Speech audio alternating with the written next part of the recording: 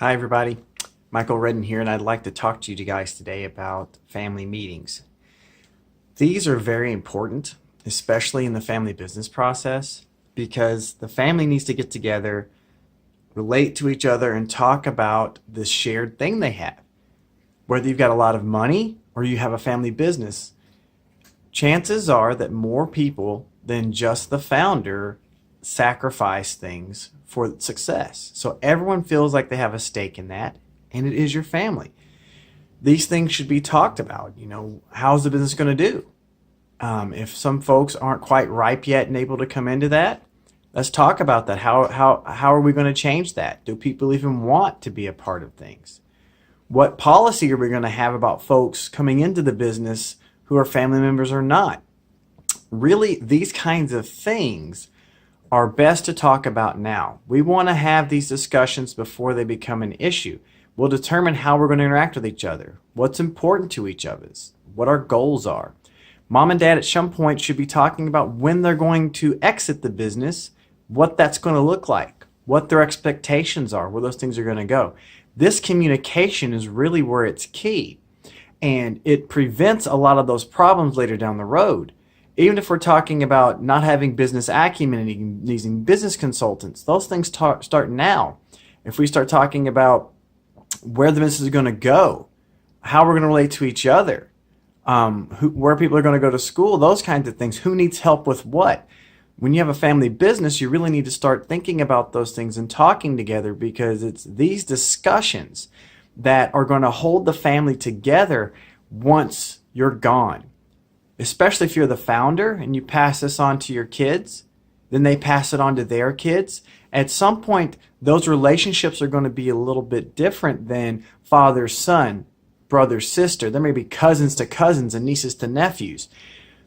It really helps your family situation if you discuss these things and you set about a method that you guys can communicate to each other and relate to each other regarding the business and family issues that's been passed down from generation to generation and been put in place. This is the basic concept of family governance.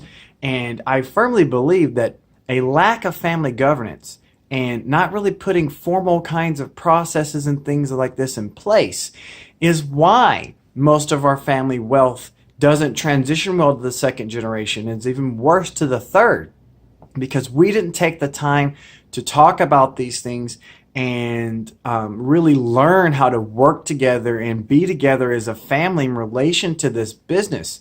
We just had a business that had a life of its own. It was your baby. You fed it. The family fed it. Your blood, sweat, and tears. The family's blood, sweat, and tears. But we never stopped to think about and talk about what's it going to be like.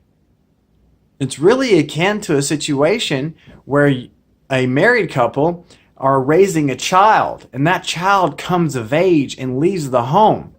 And then they realize they spent no time together. They don't know who they are anymore, who each other are. They don't know what their goals are. They don't know how they can relate. And it causes strain on that relationship. It's the same thing, larger for the family. But if you take that together and you spend time with your family and you talk about these things and you come out even with formal processes on how you're going to do things and delegate responsibility and keep everyone involved, then we get better outcomes. And family governance that's formalized going forward after something like selling your business or even during it leads to better outcomes. You can be more organized. You can raise the value of the business. You can help prepare for transferring it on. You can prepare for those acquisitions. You can do all those things. You can prepare for just going out of it and being philanthropic or just enjoying life and knowing how those things go. And people know the plan, and they've talked about it, and they've been a part of it from day one. So there's less likelihood there's going to be fights and bitterness, because they've all had a piece in shaping the family's future, what the family is going to look like, and how the family is going to relate to each other and operate later on. So I really encourage you, if you don't do it already, to start at least monthly family meetings. And there are some definite do's and don'ts and some definite best practices. And if you have questions, we can definitely talk about those. But you really got to get this in place first. And then after you've learned to relate to each other, then you can formalize how you're going to do it. And then the family will be able to function and keep everything together, and you'll prevent most of the problems that are associated with how we transfer businesses on today and those problems that it creates for the family.